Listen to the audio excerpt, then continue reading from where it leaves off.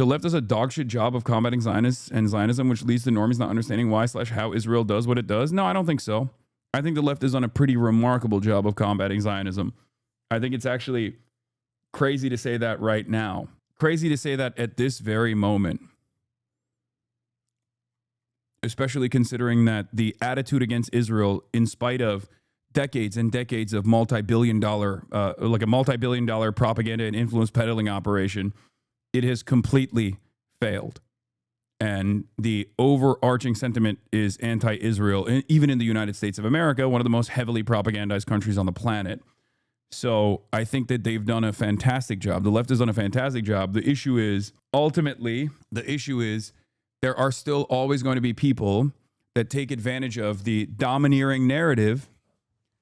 When Jake Tapper and Nick Fuentes are saying the same thing, which is all Jews care about is Israel, and Israel is the Jewish state. Israel must remain the Jewish state.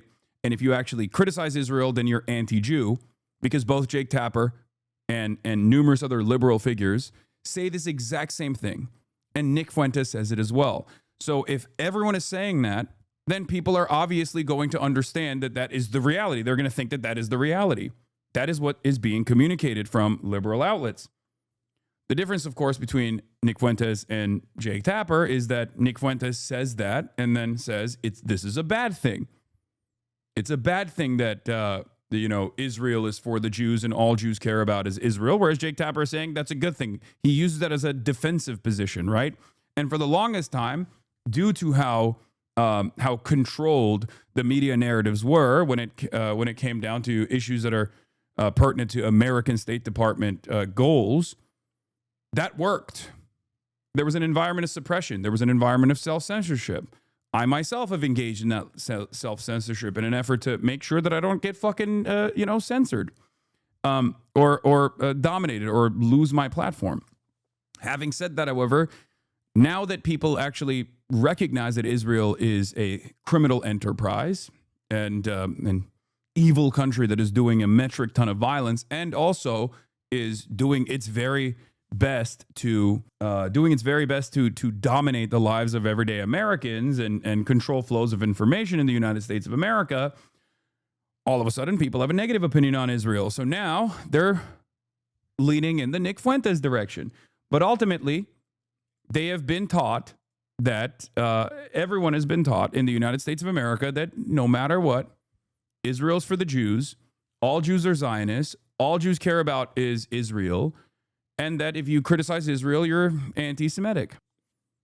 If that's what liberals are saying and that's what the Nazis are saying, why the fuck would any normal person ever encounter my position? That anti-Zionism and anti-Semitism are totally separate things, and that in many instances, anti-Semites are unironically utilizing anti-Zionist rhetoric to dominate the discourse and take advantage of the discourse to present an anti-Jewish slant, an anti-Jewish sentiment, and foment anti-Semitic opinions. You're not that special, little bro. Normal people are well aware of this. What? First of all, I never said I'm special. Secondly, I don't think normal people are aware of any of the things that I just mentioned. I don't think normal people look at Israel and think, oh, it's a violent country. And it's a violent country that's totally separate from Jews in general. No, they see it as like the Jewish nation state. They see it as the Jewish state, and it actually creates animosity towards Jews. The Zionist right has no idea what to do about the rise of MAGA's overt anti-Semitism and criticism of Israel embodied by Nick Fuentes and Tucker Carlson because it's never understood anti-Semitism or why Israel deserves critique.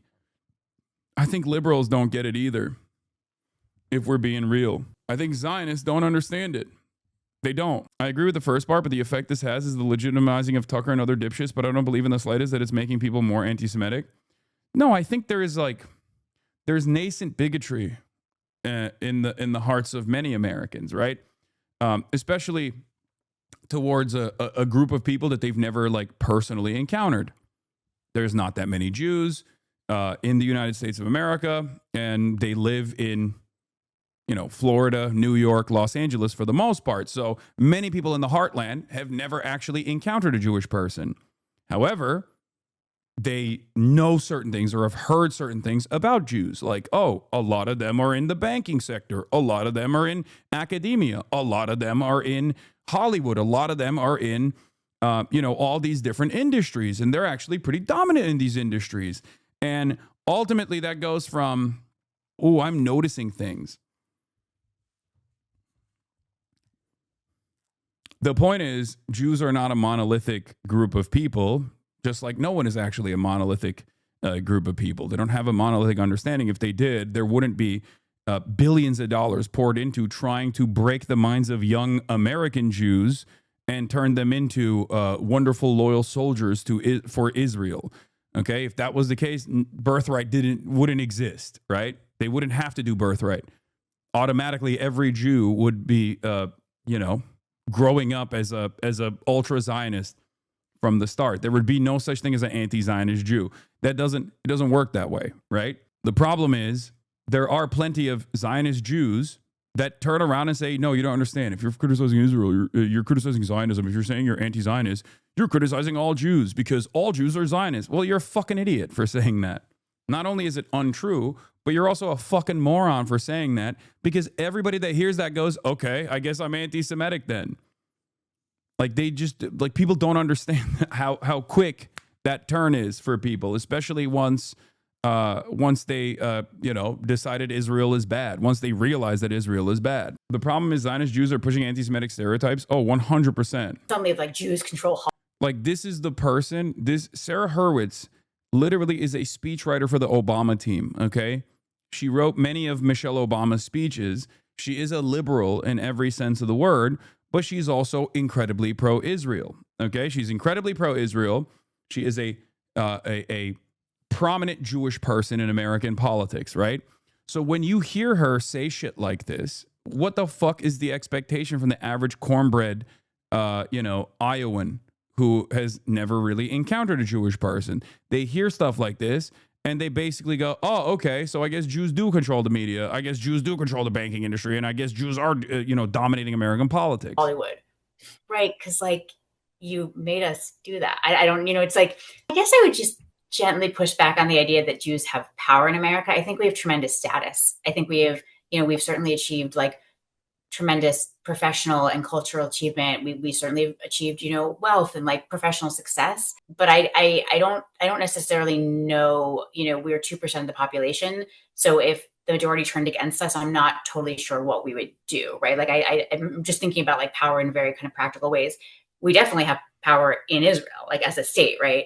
But I don't necessarily think Israel is like the most powerful state in the world or all powerful. I think it's often kind of deemed the source of all the world's problems, and kind of, whereas like this is a state the size of New Jersey. It's not.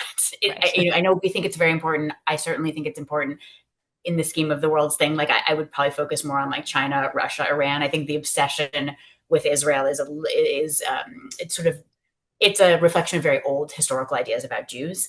But I think I certainly think you're right. Like what you're alluding to with like, there is this trend in history to say there is this disgusting thing, and Jews, you have to do this disgusting thing because you can't do anything else. We're not going to let you do anything else. You're going to do this disgusting thing. And then when you do it, we're going to call you disgusting. So, okay, you can't, centuries ago, Jews were not allowed to be in guilds. They were barred from many professions, but they were allowed to do money lending, which was considered disgusting. And so they did. And people said you were disgusting money lenders. And they developed skills in finance. And so they became quite accomplished in finance and banking. And like part of what she's saying is not untrue. And then part of what she's saying, especially because it's still paired up with like a pro-Israel sentiment, is also ridiculous. Okay. If she were to say like, oh, Jews have been pushed into, like Jews were not allowed to tend the land or own any land. So they were pushed into like banking because they were allowed to do usury, as opposed to like, Christianity and Islam considering usury to be a sin or whatever. Like there is a historical assessment here that's not untrue, right? Like Jews are pushed out from other sectors, and then they get into sectors where they make do, and then people turn on them, and then shift the blame and responsibility over to like Jewish domination or whatever the fuck, right? Like that assessment is not necessarily untrue. That assessment is not wrong. It's just that when you tie that to like a pro-Israel sentiment at a time when everyone is anti-Israel, then it comes across like you're saying that Jews are dominating these sectors and it's good, and we're going to use that power to keep cutting pro-Israel propaganda, which is how people see it, how a lot of people see it. So you're basically leaning into you're blurring the lines between anti-Semitism and anti-Zionism, but from a pro-Israel position. We were kind of said like, oh, you guys are disproportionate in finance and banking, right? Because you made us, right? Decades ago in America, Jews were pushed out of the more kind of classy art forms of like theater and publishing and told, you guys, there's vaudeville, which is kind of like, crass down market. Like that's the only thing Jews can do. So they're like, okay, I guess we'll do that. And it's like, oh, you're disgusting. But then they developed into Hollywood. And suddenly it's like Jews control Hollywood, right? Because like you made us do that. I don't, it's like there is something to it that's a little bit cruel. This idea that like you've succeeded in this thing that we forced you into, and now we are going to condemn you for that. And that I just feel like, yikes. For sure. But look, we are not a powerless people, right? We have power in Israel. We have nuclear weapons and an army. Whatever. Yeah, this is pretty funny though. Yeah, it's everything that Sarah Hurwitz has been saying is basically Norman Finkelstein's entire life's work. Okay, like Norman Finkelstein has written extensively about virtually everything that Sarah Hurwitz says, whether it be like, the way that like Holocaust education is paired up with pro-Israel sentiment, all this stuff, like weaponizing the traumas or the horrors of the Holocaust to justify Israel's violent existence, all this stuff. Like she basically just says it out loud over and over again. And I think for the longest time, if you were to have these conversations, especially in the rooms that she's having these conversations, no one would fucking bat an eye because no one would really hear about it or no one would care about it. And the reason why no one would hear about it or care about it is because either people just didn't know anything about fucking Israel or thought Israel was a force for good because that's all they learned. But now that people don't think Israel's a force for good, doing this kind of propaganda unironically foments anti-Semitism. Because people go, what the fuck? What is this like high profile Jewish person saying right now? I sometimes get this weird gaslighting where people say, oh, okay, Sarah, you're saying that college kids can't criticize Israel. Well, look at you censoring free speech. I'm like, I would love people to be criticizing Israel. I would love them to be having a debate. But, no, you won't. From water to water, Palestine shall be Arab. That's not criticism any more than from water to water, Israel shall be Jewish is criticism. It's eliminationism. It's that's not. Yeah. Liberal Zionism and the extent of liberal Zionism, which is totally avoiding that is what Israel is doing currently. Water to water, all that will be Jewish is literally the Likud charter. And what Benjamin Netanyahu time and time again said is the initiation of the Eretz Israel, Greater Israel project. That's not a criticism. Jews are Israelis are Nazis is no more a criticism than Palestinians are terrorists. Those are just Anyway, I can't get over the Sarah Hurwitz video. She was a speechwriter for the Obamas, but she sounds exactly like some genocidal settler in the West Bank, and people in the audience applaud. Yeah.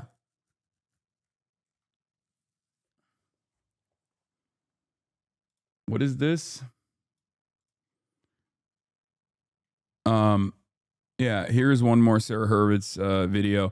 New former Obama speechwriter Sarah Hurwitz says she went looking for Israel's original sin and came up empty. Okay? Another crazy fucking take. You have this chapter in the book called My Search for Israel's Original Sin. Mm-hmm. So can you talk a little bit about what is Israel's original sin and and why you wanted to search for it? So, my first book, I was talking to a Jewish communal leader, telling her about the chapters on ethics and God and Shabbat, on and on. And she looked at me and she said, and the chapter on Israel? And I had this long thing about, no, and it's distracting, la, la, la. And she looked at me and she goes, well, that's a cop-out. And the truth is it was.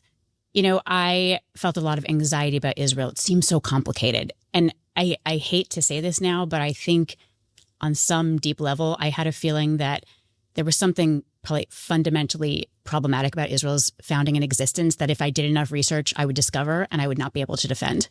And that you would be part of the general agreement. Exactly. Like I was actually, which is just, I'm so embarrassed by this now. It is such a painful thing to admit. Sarah, this is what we're dealing with. I hear this all the time. So you're just saying it out loud from people who otherwise just say it quietly or in small, groups. As I did the research, I was like, you know what Israel is, Dan? Okay, I'm going to say something shocking and wild. Brace yourself. It's a country. It's a country. It was founded like so many other countries in the mid-20th century. Countries founded in war, partition, bloodshed. I'm sorry, it's not pretty. I really wish it had, come about in unicorns and moonbeams. That would have been beautiful. I mean, look, this is how a lot of nation creation came about in the mid-20th century in the wake of World Wars I and II. Countries were partitioned, divided up, and in ways that were, I think, problematic in many ways. I'm not saying this is wonderful and great, but I think what struck me is that so often I think we educate our young people to think that Israel is exceptional. It's unlike any other nation, but it's actually completely unexceptional in its founding. And I think we have done a huge disservice to our young people.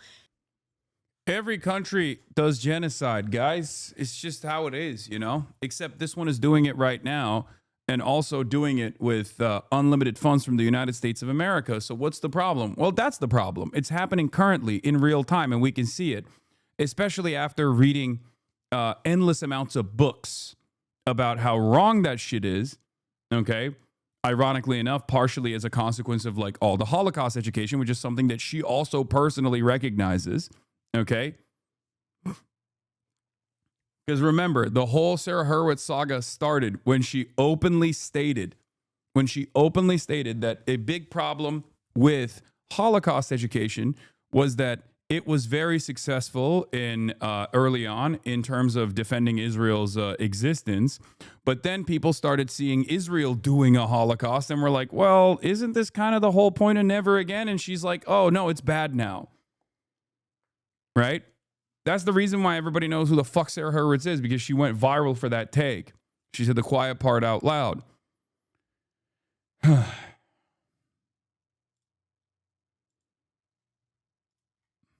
When we have failed to educate them about how Israel is a country, and we have failed to normalize Israel for our young people. We have failed to say, like, here's a bunch of really unpleasant facts about how Israel was founded, and also those same facts apply to these other many, many countries. Let's go through those as well. I wish every young person could understand that, there's some really tough, hard stuff in Israel's founding, as there was in the founding of many other countries at the time. And I think also there are certain things that Israel is doing that's just like not something that happens now. You know what I mean? Or has happened in history books that people genuinely consider to be disgusting. Like, you can't have a liberal society and have liberalism be in defense of like individual rights, whether it be, private property rights, but also individual rights of like, equality and civil liberties, and then also maintain a fucking apartheid state. Like, you just can't do that. This is even before the genocide, right? Like you cannot have a country that's foundation is ethnic cleansing and a apartheid state, and then expect Americans who learned throughout history that apartheid was inappropriate and unacceptable throughout their own fucking history, as a matter of fact. Like Jim Crow, separate but equal arguments no longer work in America because Americans, whether there are still, existing racial wounds and racial inequities in this country, Americans, by and large, assume that, Jim Crow is a thing of the fucking past and that it's not good. It's a bad thing, right? So unless you teach Americans that there is a racial hierarchy, which is illiberal in general, and you consistently hammer in that point that, some races and some races are better than others, some religions are better than others, and they must be dominant and blah, blah, blah. Like, unless that is your new meta, okay, you're just not going to be able to get them on board with a country that still has this old school construct that many Americans consider to be inappropriate.